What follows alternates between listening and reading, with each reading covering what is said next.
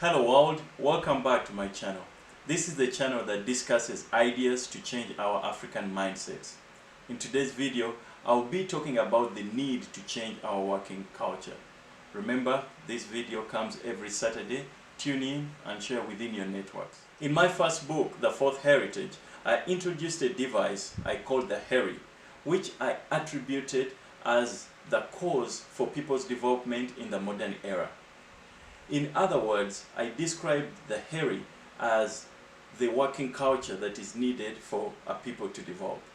I also wrote that we Africans are not developed largely because we lack a HERI or we lack the work ethic needed for development. Last month, I finished reading this book, A British Subject by Lord Dola Poppet. Just like me, Lord Poppet was born in Uganda, but he was among those Asians who was kicked out of Uganda in the 1970s by the late dictator Idi Amin. From this book, you learn how Dola Poppet grew up in Uganda and left the country without a high school diploma with only £10 in his pocket. But once he was in the UK as an immigrant, he worked day and night really hard until he made himself a millionaire, and during David Cameron's premiership, he was made a lord, which is equivalent to a senator in the US system. The book showcases the working culture of the Ugandan Asians who ended up in the UK, how they were able to work within one generation to become one of the, if not the most successful minority community in the UK. What led to the Ugandan Indians to be successful in the UK is not unique to them. I've read some wealth economics literature, for example, the books by the Black American economist Thomas Sowell, where he does a very good job to give evidence which point to the fact that some minority groups, for example, the Chinese and the Jews, wherever they migrate, due to their working culture, they are able to amass economic success or do well economically within a generation or two, and there is a culture that leads to this. We must study the objective facts why we Africans, even in areas where we are the majority, we tend to fail to accumulate generational wealth. For example, since the 1990s, the departed Asians have been welcomed back into Uganda, and currently, even if they account for 0.1% of the population, their economic output is more than 65% of the whole national economy. It's as if we Africans work really hard in economic activities. For example, men and women work every day from 6 a.m. to 6 p.m. either in their gardens or their shops. But the effort seems more towards survival, economic survival, as opposed to intergenerational wealth accumulation. Now, I know you must be asking, what can I do? What can we do as Africans to get onto the journey of economic independence and intergenerational wealth accumulation? Well, I've thought about 5 areas of change that can get us there. The first one is the family unit matters. Monogamous families not only are stronger, but they are better at intergenerational wealth accumulation than polygamous families. We all know so many stories where rich people die, but within a few months or years, the infighting by their dozens of children or several wives ends up dissipating all the wealth that they had accumulated.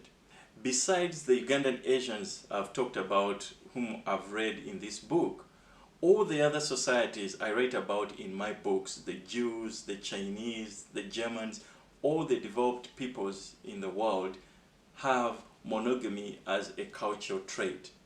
That is why they are able to have intergenerational wealth that can go into hundreds of years.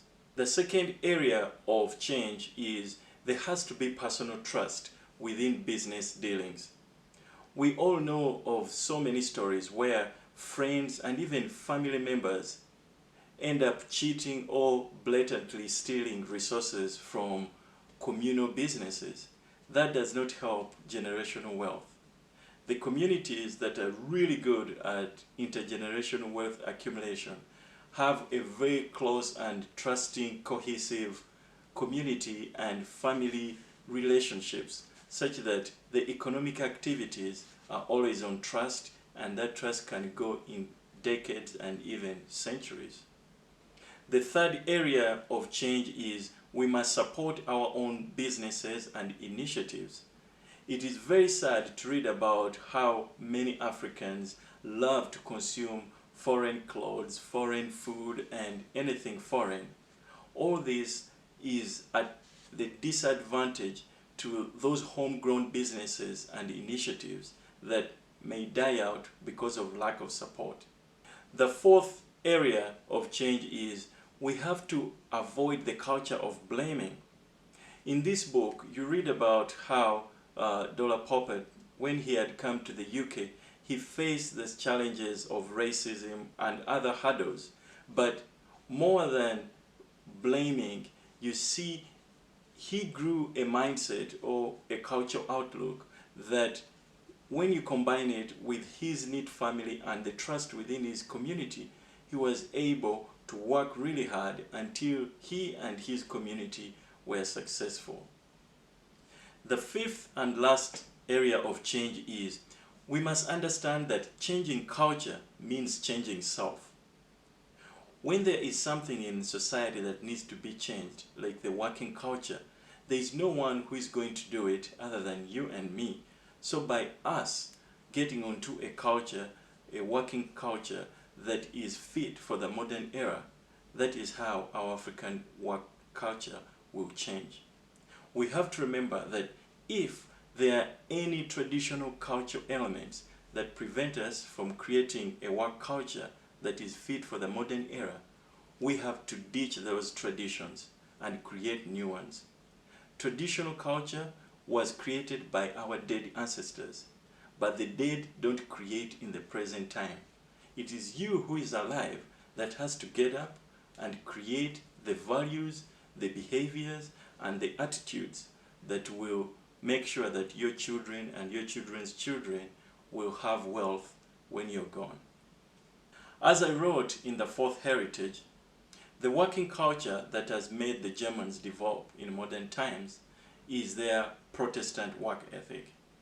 Also, I wrote that the working culture that has made the Japanese develop is their work perfection. We Africans need to define the working culture or the heri that will bring us to modernity. Without that, we shall continue lagging behind the developed peoples of the world. We don't want that, do we? See you next Saturday.